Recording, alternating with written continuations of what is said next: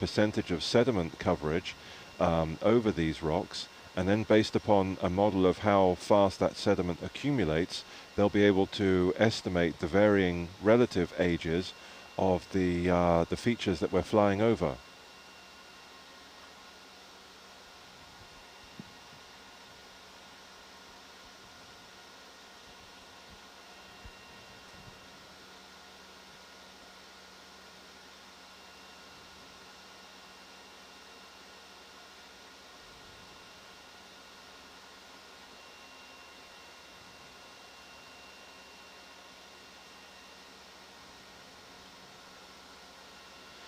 So for those of you wondering about how all the various craft we operate are propelled through the water, so Hercules and Argus have electrically powered thrusters that are controlled by the pilots here in the control van.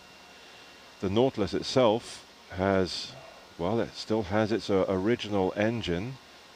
The Nautilus was launched in 1967 originally as the Alexander von Humboldt in East Germany, as it existed then. I think some of us estimated at the start of the cruise that Thor has probably about 200,000 hours of operation, which really? is wow. pretty good for a marine engine. It predates the moon landings. Its nickname on board the ship is Thor. I've never found out why. I can only guess because of the way it hammers along. The rumble, I think. Yeah. The sheer size. But interestingly, as soon as the Nautilus finishes its summer of expeditions, it's heading to Mexico to dry dock to have a new engine installed. Aww. That's probably going to be one of the biggest events in the history of the Nautilus, is getting that new engine. We also get a new control van at the same time.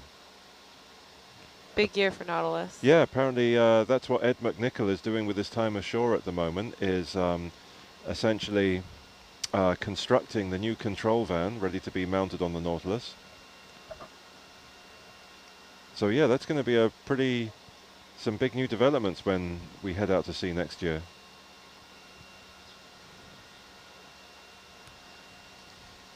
Hey, Nicole. Is this the valley that you want to follow along?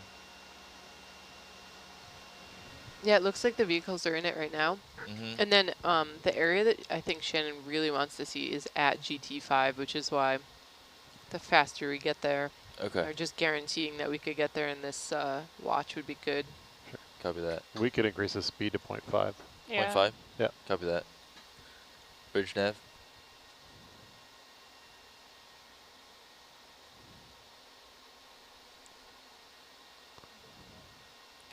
Can you increase the speed to 0.5 knots?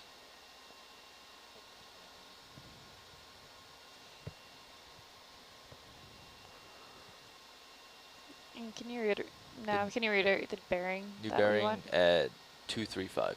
235I.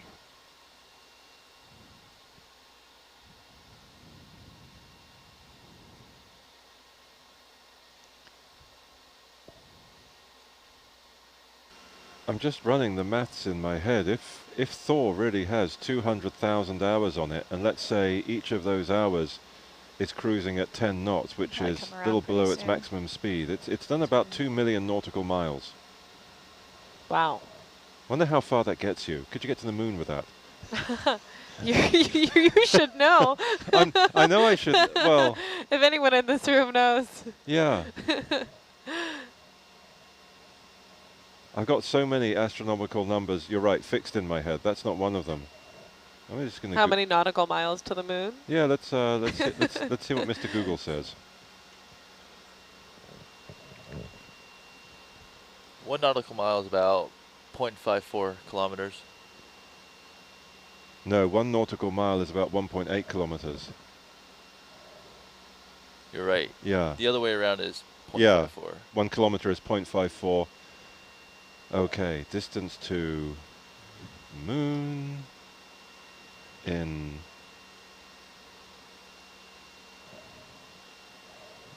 okay.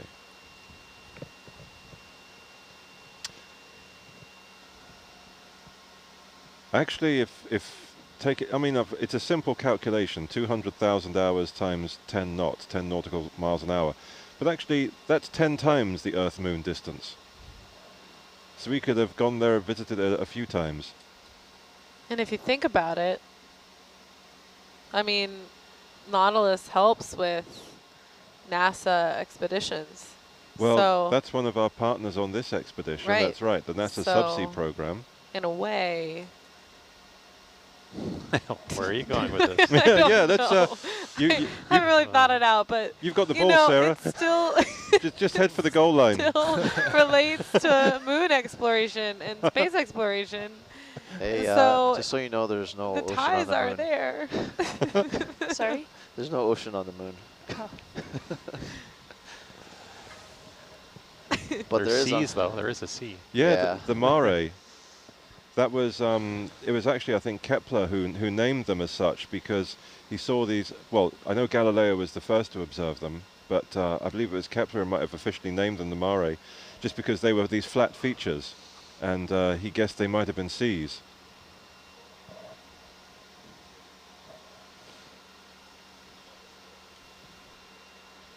It's just a nice correlation, that's all.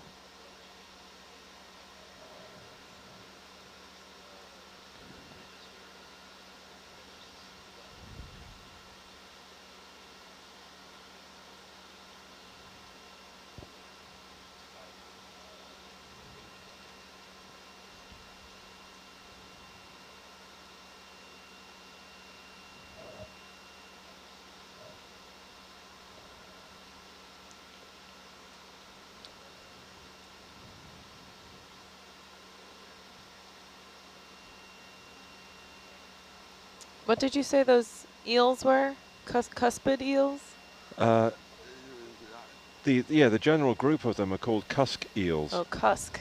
They're- Not cuspid. but Isn't that a tooth? But that's a common name. They're not actually eels. They are fish, but just they have very underdeveloped fins, and so they resemble eels in their motion. I was doing a bit of research on that today because we see them everywhere, and I felt I should know more about them.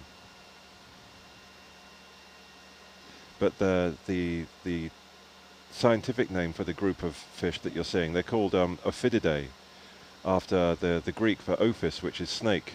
So they're snake-like fish. Huh.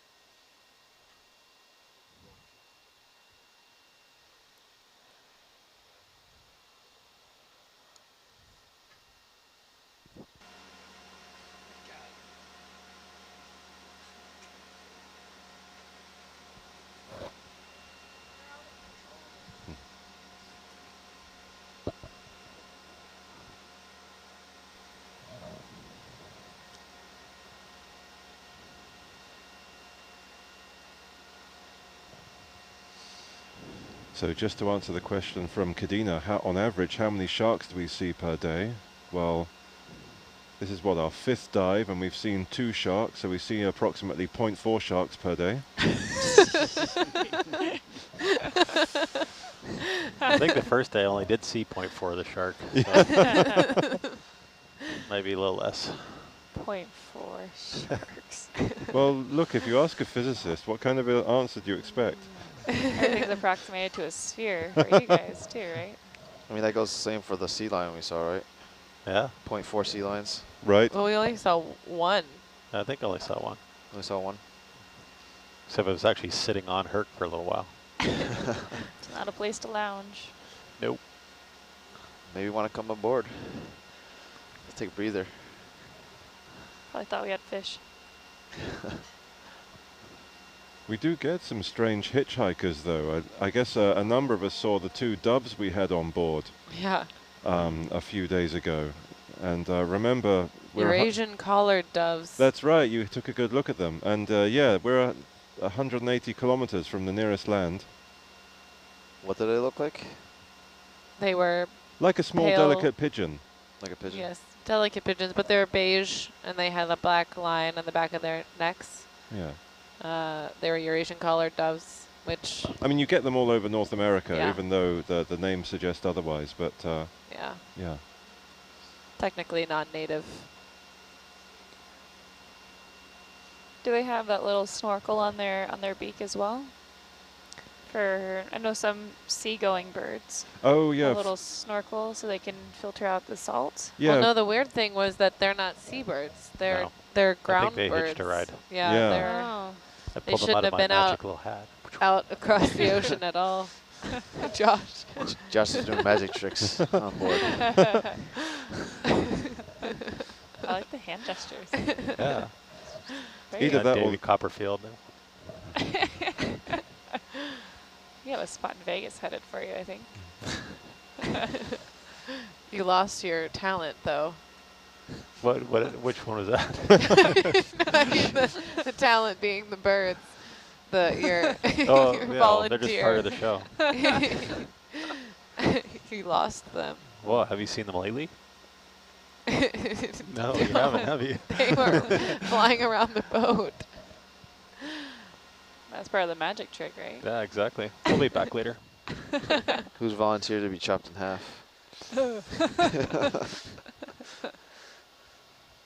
Nose goes.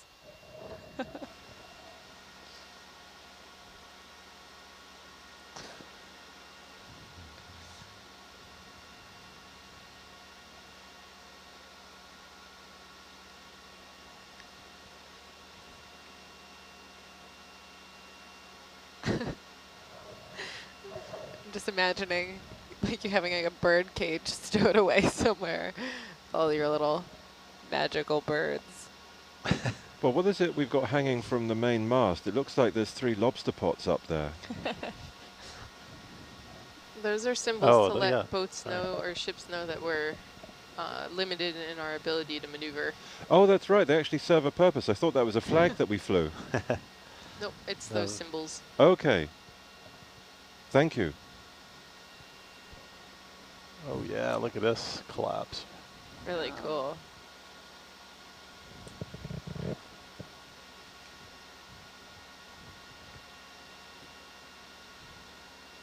I'm gonna call it another bearing change. Sure. 215. Yeah, just so we can keep along the contour. Sounds good. So Just do we think Bridge that? nav. Oh, I'll wait. So for those of you following on Get a Northwest Live, bearing change to 215. watching the Hercules view, don't forget to take the occasional Argus view on Channel 2. There's Sorry? some Love the great columns. Yeah, it's beautiful. there's some great views of Hercules exploring over this very complicated seafloor.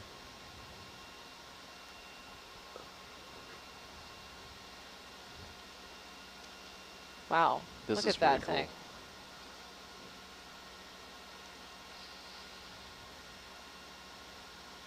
Yeah, it's almost like there's been a much bigger region of collapse in here. But that column's really colonized. That's a high rise. They pay extra for the top view. Yeah. But it looks, I guess we're getting a bit closer, but it looks like some anemones on there as well. Yeah.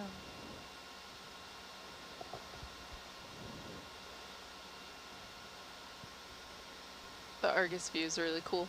Yeah, it certainly It's is. like right Yeah. down in there.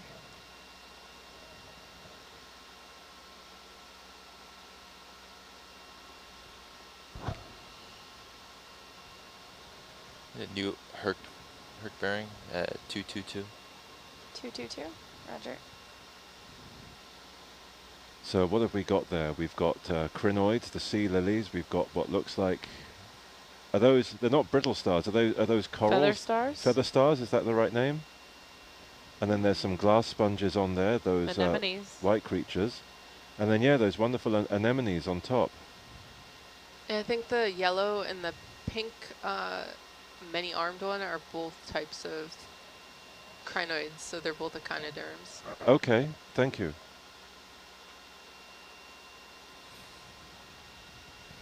Wow.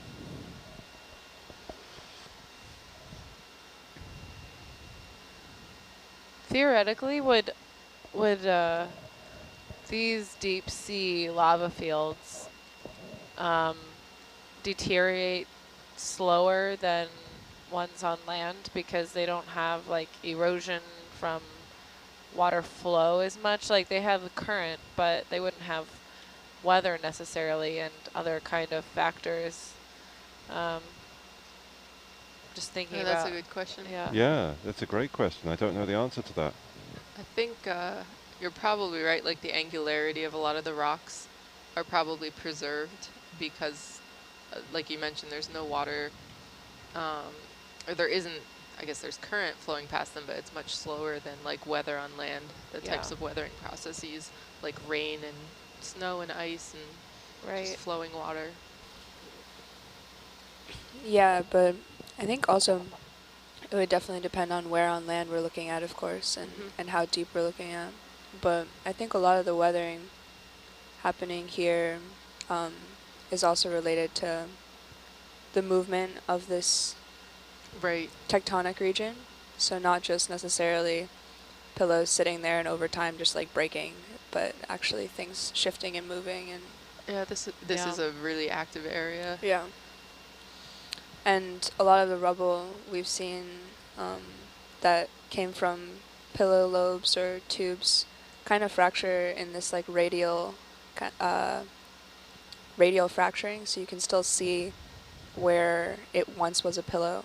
And then we've seen some pillows that look like they're kind of breaking and fracturing, as if maybe if there was a movement and a push down slope, they would turn into a field of rubble. So it's been kind of cool to see, in some sense, many different levels of weathering and stages throughout this area. Yeah, these are neat rifts. They look relatively fresh in Yeah, geological definitely. terms. They just They broke. have sharp edges and everything. Really cool. clean sediment surface. Wow. Imagine just the land like splitting apart. So dramatic.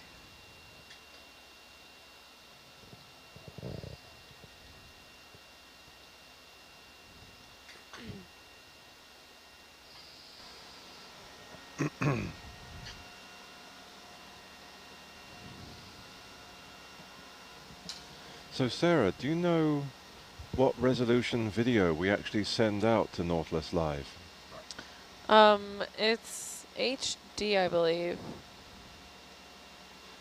So does that, if These are the Argus, Zeus, and Herc Zeus cameras are they're HD. so is that 1080 or is that 720? Would be 1080, I believe. Okay. It's not 4K at the moment, too. Yeah. Oh yeah, I can see the video files we're taking are 1080i. But then I think they're compressed to go to shore, so they're a lower quality. Yeah, we take we record 3 different like quality kind of videos. We have like full, and then we have high resolution and low resolution. Right. Can't hear you. There you go. There you are. Sorry. Is what's streaming on Nautilus Live like more like 720? I think that's, I was just getting some questions on from a particular viewer on Nautilus Live, and I was just curious to check it for myself. I think you're right, it is 720p on the website.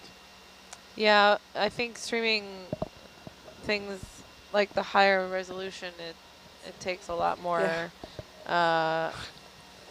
streaming power and bandwidth. Yes. Wow, these are amazing. Yeah. And storage as well on our end.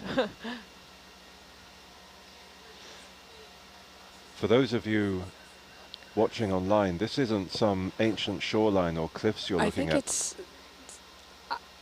I. It's almost like some drained feature, isn't it?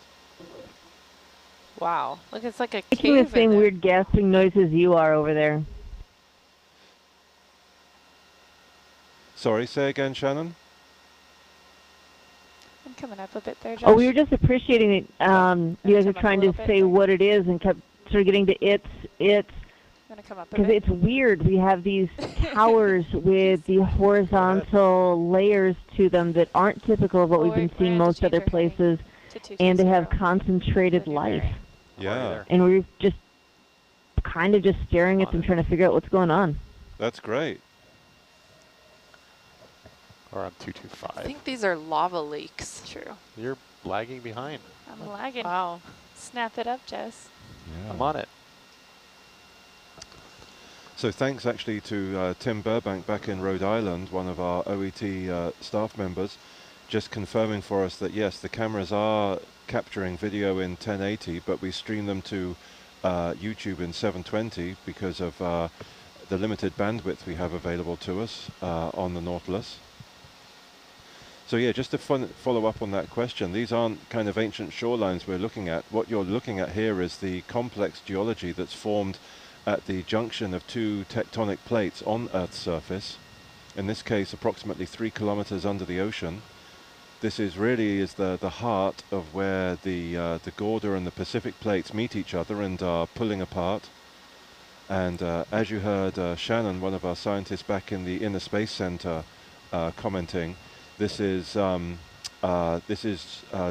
and challenging terrain to attempt to come up with a detailed explanation for, because this is the first time that humans have ever actually seen with cameras this kind of the terrain at this location where we are, trying to work out if this is actually features that we've seen at other sites in the world. That's a later step that comes, but this is one of the wonderful things about Nautilus Live, is that you guys are seeing this for the first time with us as well.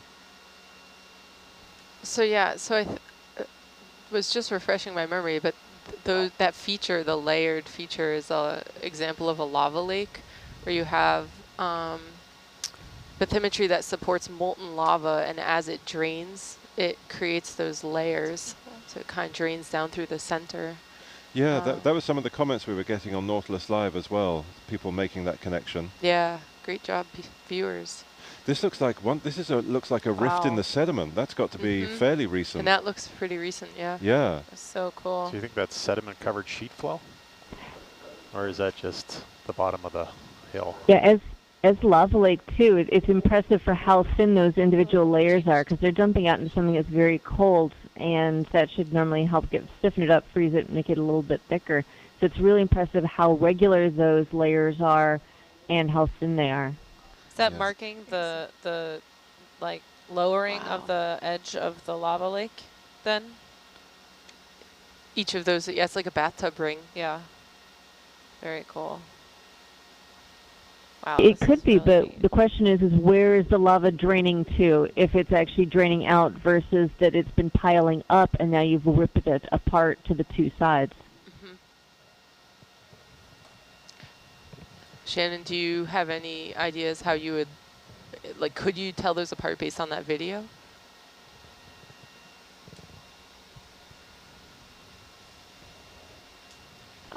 We had a problem with volume. Can you repeat that, please? Yeah, so do you think based on the video that we got, you'll be able to tell whether it was formed by draining versus layering up?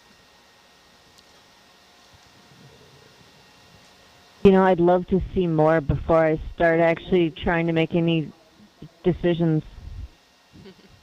So cool. It was an anemone. Yeah.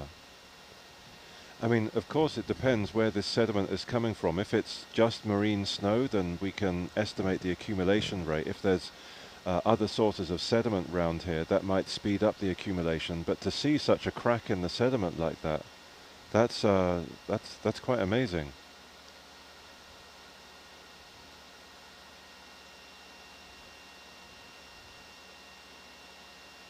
It's a big rift. Yeah.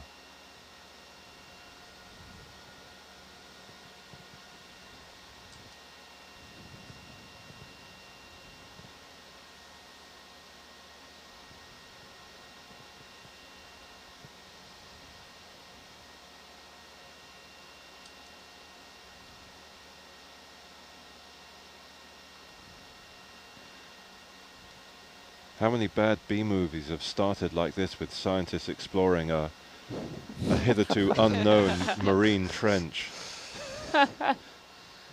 These are unmanned vehicles, so Yep. at least. Well, they wouldn't find a crack like this. They'd find some footprint of Godzilla or something like that in the sediment. Godzilla. Go into a cave. Godzilla went for a swim, I guess. Maybe a kraken. Kraken. Oh.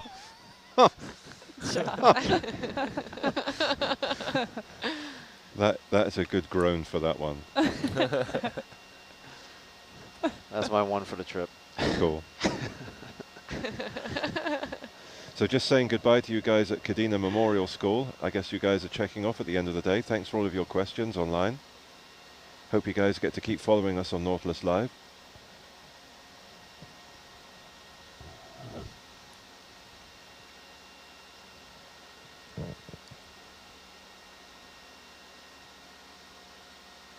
Would this be an event that causes this rift that people could feel on land far away?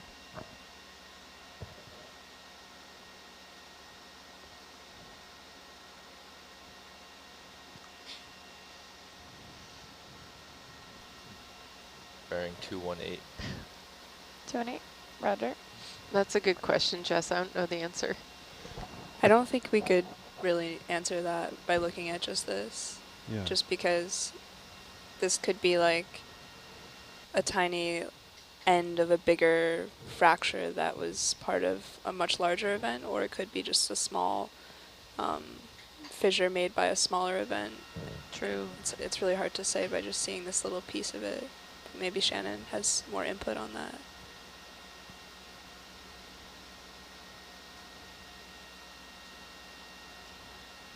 I don't right now, I'm sorry. I think the short answer is it depends. Yeah. Just like just like Megan was saying. But I do remember that I think it was the 1996 eruption that was measured in U.S. Geological Survey earthquake monitoring. And those seismometers are based It's a big one. back on the land.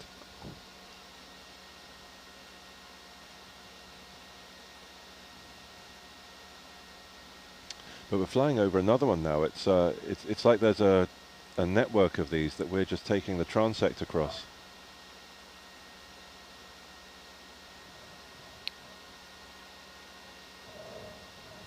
Argus looks really neat with the crack right next to her. Oh, yeah.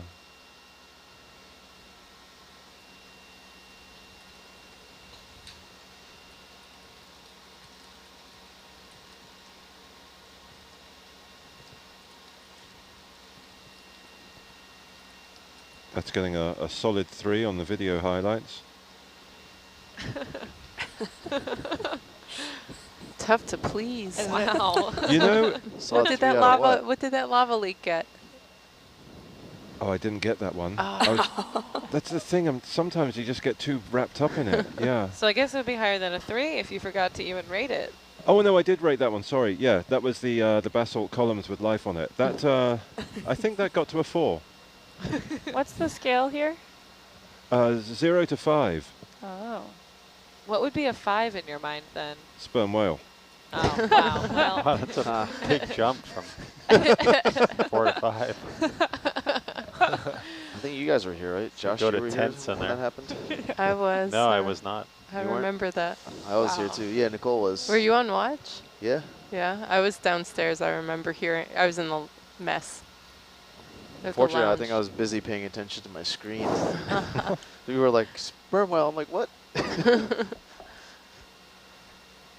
It was viral on Facebook for a while or something. But wow, that is a big rift. there are consequences if I flag a 5. It means everybody at the Ocean Exploration Trust gets an alert. Don't be shy. Tim's apparently staying up with the folks at the ISC. Exactly. Just Don't waiting for 5 to come in. This is getting pretty close. If you're a geologist, this would be a 5, I'd say. This crack's pretty deep. That's Ah, pretty cool. so there's a bias then. I'm going to be the bad person and blow Tim's cover. He's not here with us. Oh. He apparently decided sleep was important. Uh-huh. Who needs that? Oh, that is amazing. Yeah. Very cool rift. I'm rifted. Ooh, that was bad. That was really bad. I'm sorry.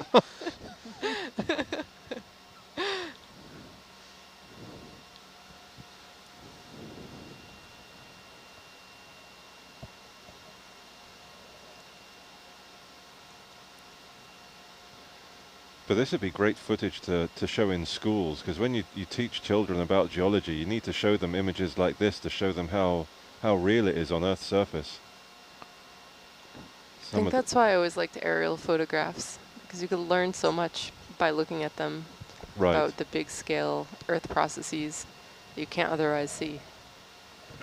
Well, it really opens up there to the left. It's getting even wider. Yeah. We're not going in there.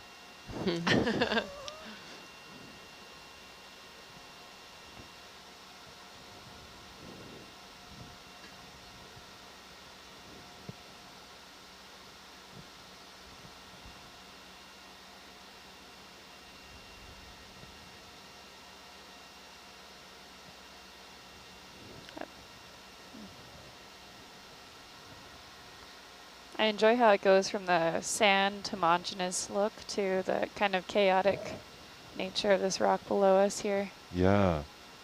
It's a very nice transition.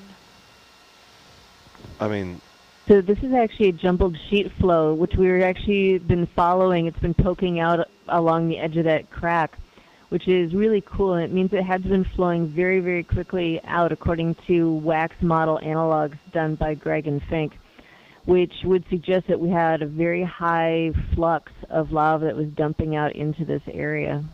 Wow. Interesting. Like that you get in terrestrial systems. Oh. Where it's trying to flow too fast for its own viscosity. Oh, interesting.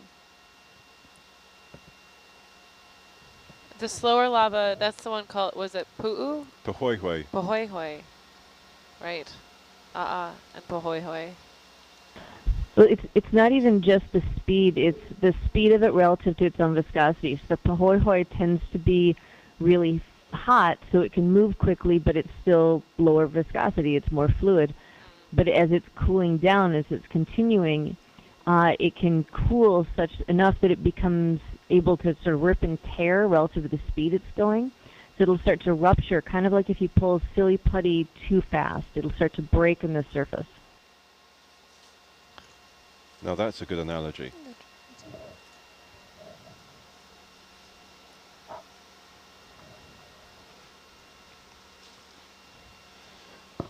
So Sarah, Nautilus Slide is riveted with you as well. I'm so glad that it was slightly appreciated, even though it was worse than most puns.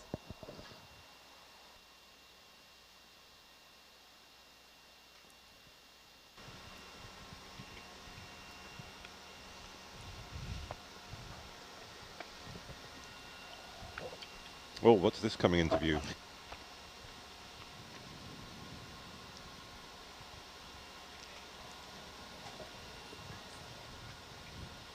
If this is a glass sponge, it's one of the tallest we've seen.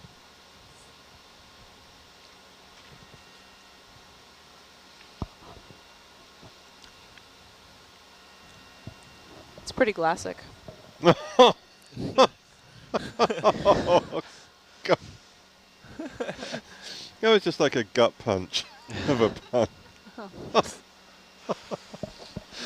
John, I think your laughter sells it. Thank you so much.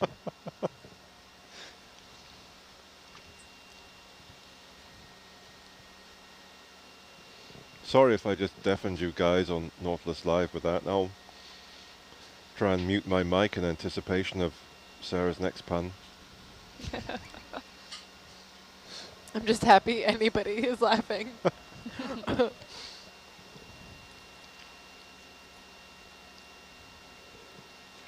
Yeah, nice.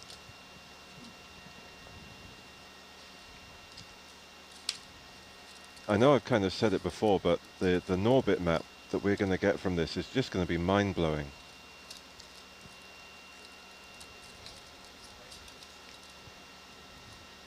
Chris isn't going to believe us in the morning. He's going to ask us what we were doing to fake this data.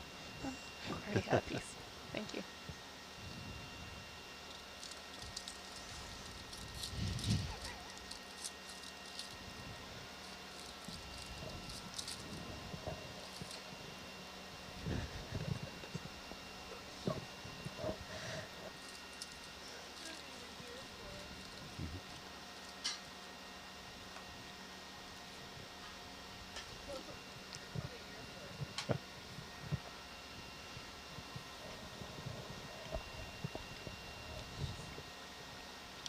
So how much more of this have we got till we get to the target? I don't want to stop this exploration.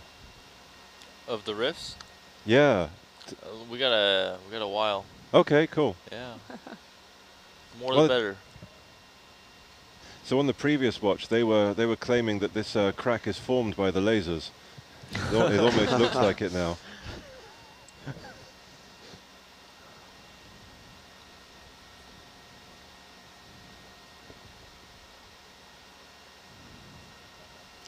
So just to give those of you following us on Nautilus Live an update, we're currently performing a geotransect, which is a visual geological survey across the seafloor as we cross the Gorda Ridge. And this is just an amazing experience for all of us to see this, this really quite dramatic and varied terrain that, apart from sonar bathymetric maps at limited resolution, nobody's ever seen with a visual camera before. So this whole Gorda Ridge marine feature is the junction between the Pacific and the Gorda tectonic plates. At this location they are pulling apart from each other, and this is likely what's causing the majority of the, I guess, geological drama that we can see all in front of us. The ROVs are currently operating at a depth of approximately 3,000 meters below the surface. And the Nautilus, where we're based and talking to you from, is floating above them on the surface. And we're operating about 180 kilometers off the west coast of North America, just where Oregon meets California. So hopefully that gives you a nice global perspective of where we're operating, that you can kind of zoom back through that scale to this Hercules view that gives you that, that picture really at the junction of these plates.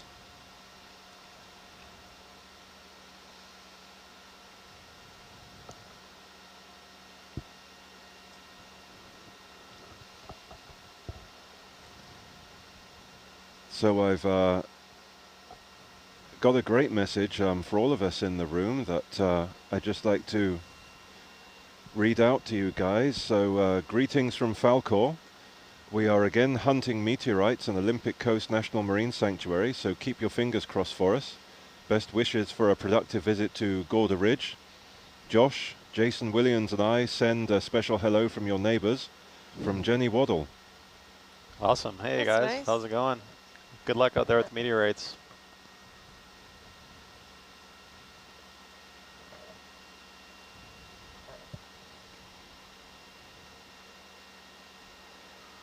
Does that mean that while they're off duty from ocean exploration, they're watching our ocean exploration? Yeah, sure. We're That's all pretty great. one big explorer family. Yeah. Hey, they might even be on watch. Pretty great. Yeah.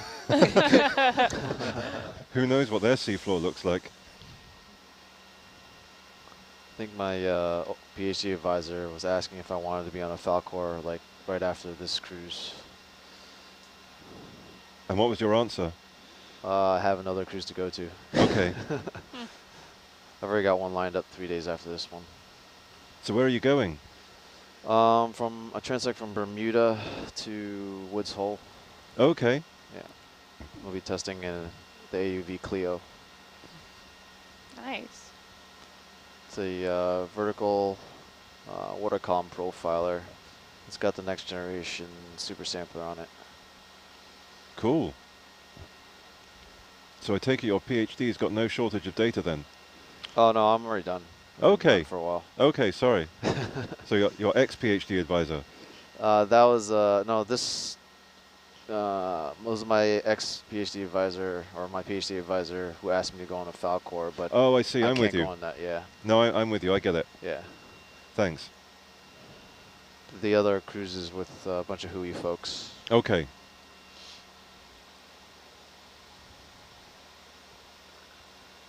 That's something interesting on that rock, just to the left of the Herc field of view.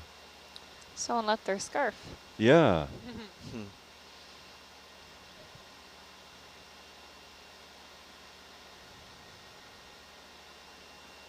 I'm guessing it's a glass sponge with a crinoid on top of it. Looks Yeah. like it, yeah.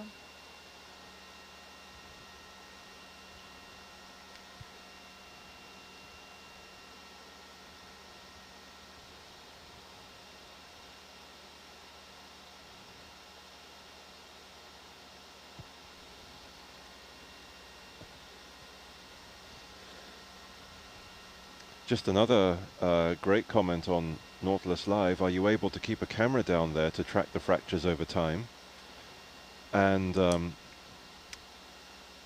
well, I guess the best example of that kind of technology is perhaps something like Ocean Networks Canada, that maintains an undersea cabled observatory off the coast of Vancouver Island in British Columbia, and they do actually maintain scientific.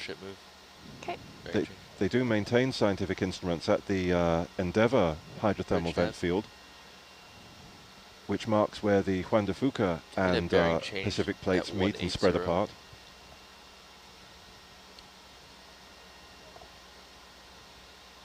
A number of us have visited that particular location, Endeavour, over a number of years, and I don't think any of us have seen anything quite like this.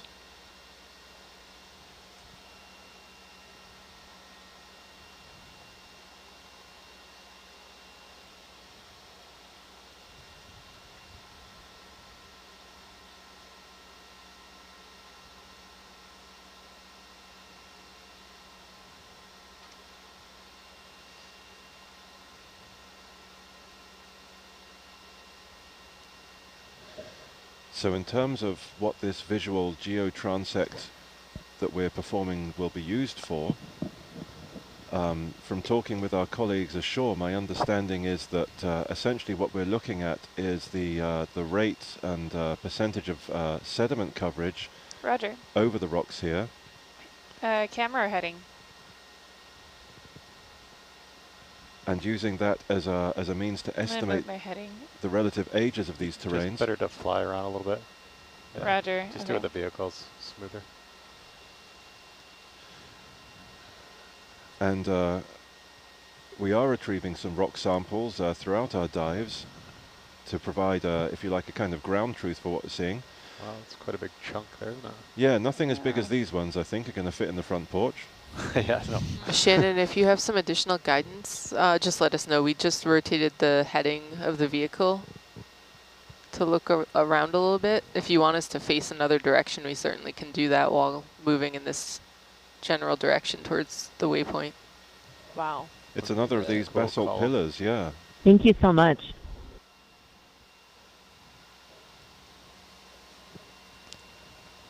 Pick the right way, Jess. Yeah, we'll wag both ways. This way is more stunning. So what do you think, guys? Should I break out a 4 for this? Yeah. Should break out Look the at 5. it. 4.5. Wait till you see the top of this guy. Wow. I mean, this is pretty spectacular, and I don't even like squishy bits. Squishy bits. Scrape those off to look at those rocks. Yeah. Wow. It's pretty beautiful. Going back down.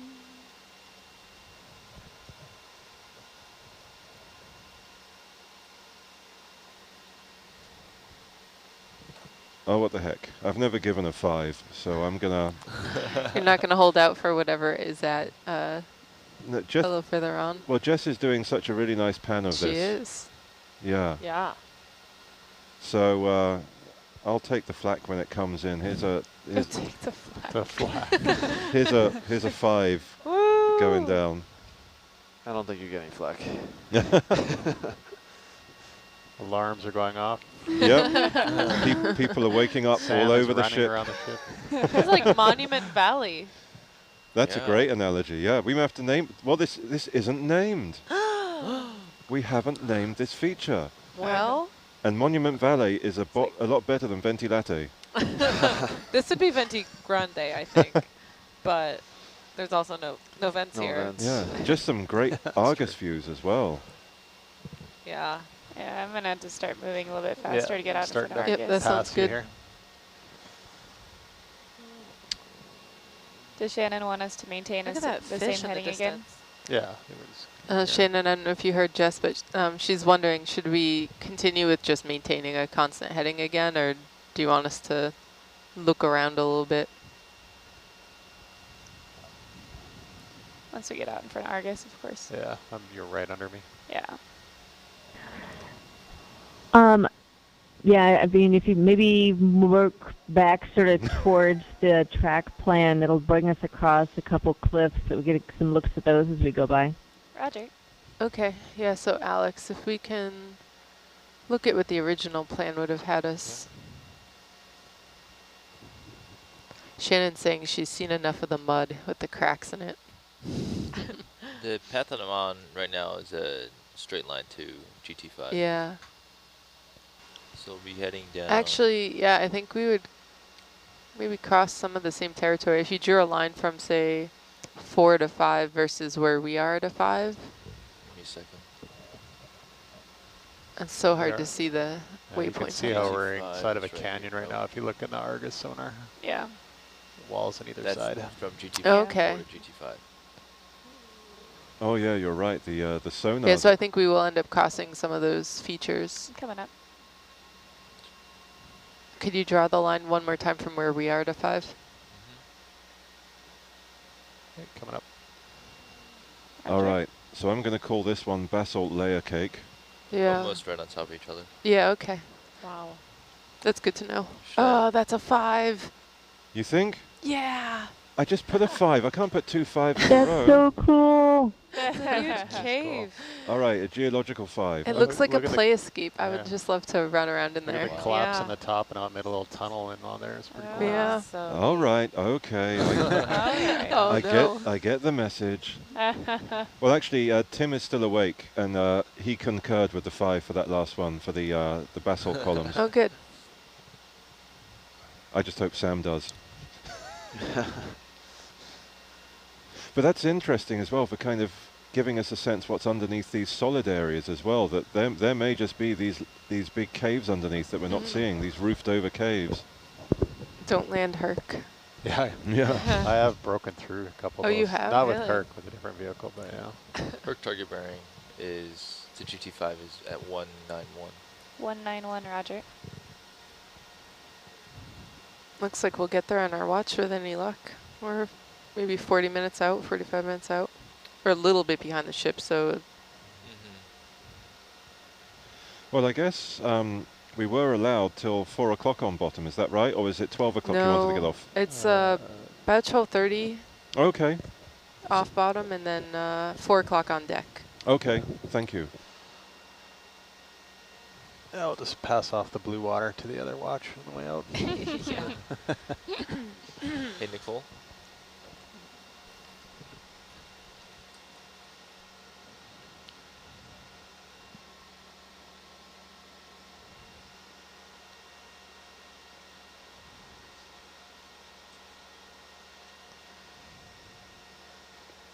It's amazing. Just when you think you've, well, certainly not from me, but I don't know about you guys in the front row, you've got much more experience with me, that you think you've seen a lot of the ocean, then you come to a new place like this. This reminds me a little bit of axial seamount. Where's that, Josh?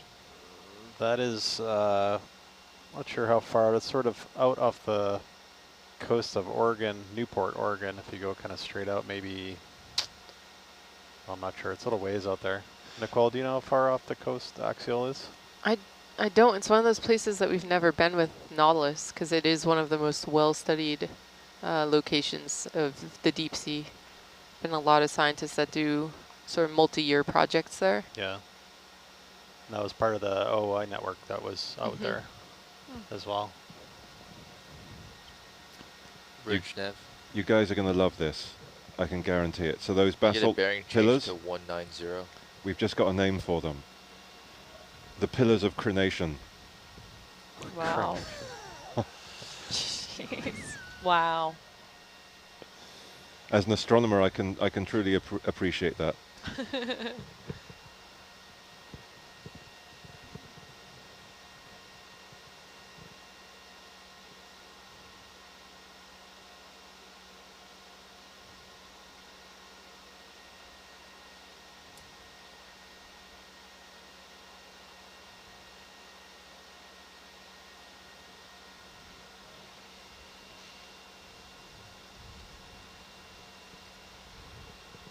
What was our bearing now? That's going to be 190, I believe. 190. Correct.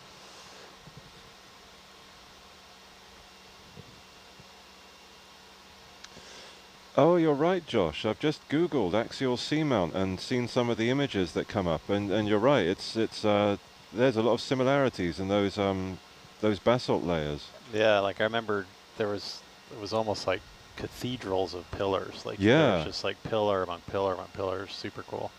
Some of them look like almost houses, like little windows in the rocks and pillars everywhere. It's just it's really amazing.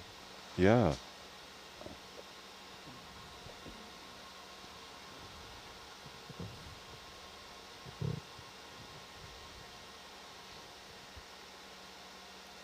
Yeah, I think it's a few hundred miles off the coast, I believe. Or I don't know if you have it there in front of you.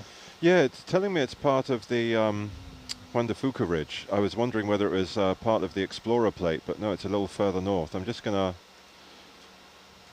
There's a lat and long. I'm just gonna click and see if that gives me a map.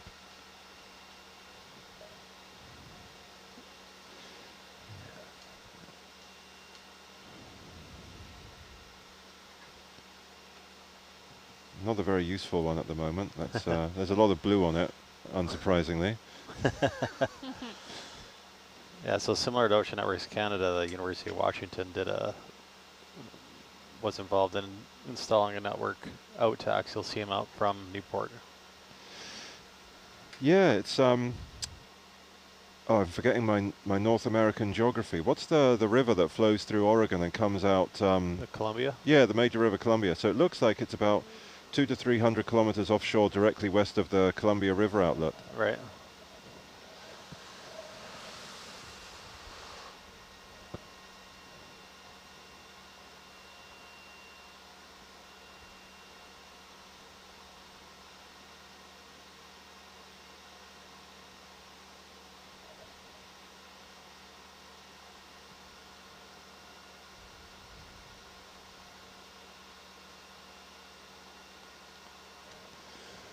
Well, I'm pleased that you guys following on Nautilus Live support my complete break with conservative video tagging. Glad to know that it's a 5 for you guys as well. No regrets, John. It's just not me. It's just, you know. So British. I mean, I tell people my website is boringprofessor.com, and That's great.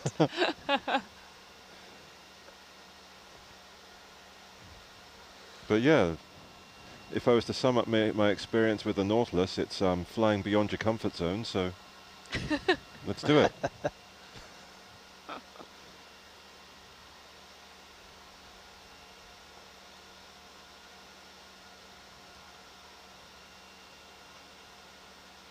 So it's almost like we've crossed the threshold and we're going back into the you know, the pillow lavas that we saw really early on in the transect.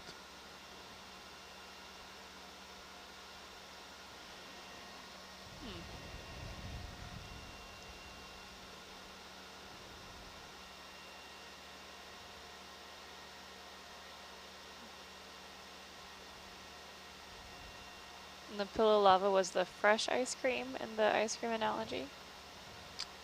Is that correct?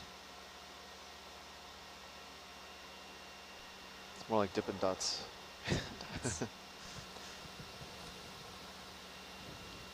feel like last year there were just less weather than this, right? From what I remember. The ones in Hawaii, you mean? Yeah, and at Loihi. Those did seem fresher.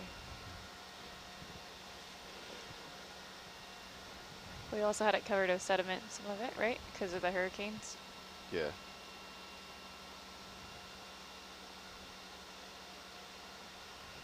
I don't miss hurricanes.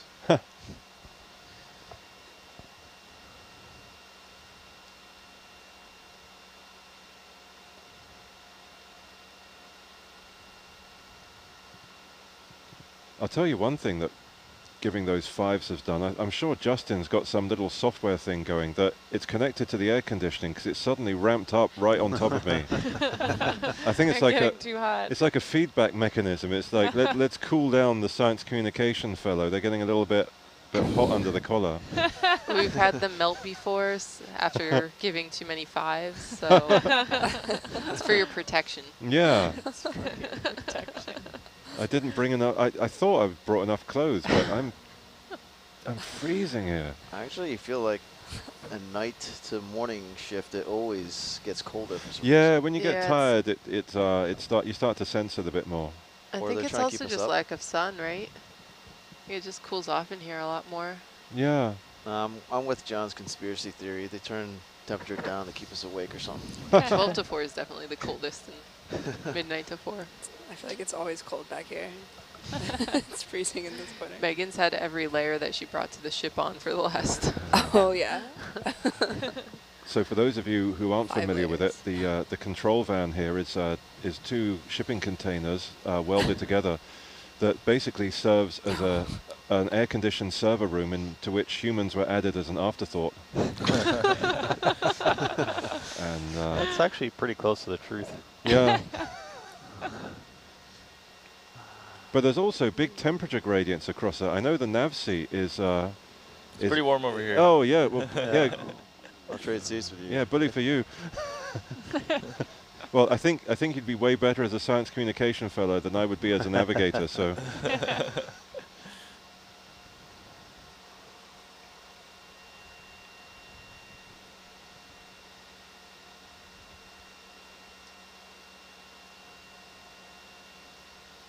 Hey, good evening, Emily. Thank you for joining us.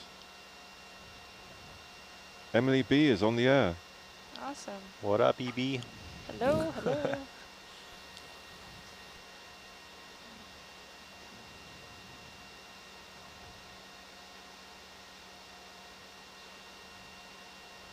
Oh, something squiggled across the bottom. Oh, I see that. That was cool. He's a pig. These cucumbers look like they're about to take off. I'm waiting for it. I am so waiting for it. If that squiggle was made by a cucumber, we're going to need a bigger ROV. Was Sarah the one all about the cucumbers this cruise? No. Someone was.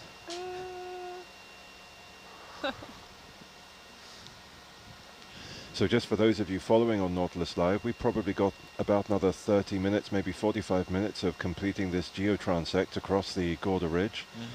After that, we're going to reach our target point and then probably start to ascend the vehicles through the water column, hoping for a 4 a.m. deadline of having the vehicles back on deck. We'll then attempt to prep them, take the science experiments off them and prepare them for another dive, hopefully back in the water at 8 a.m. Pacific time on Thursday morning.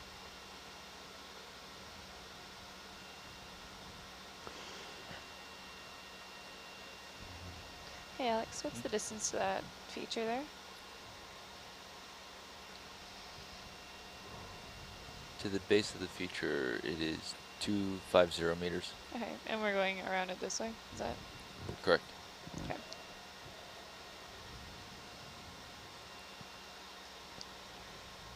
So this visual geotransect, if I break down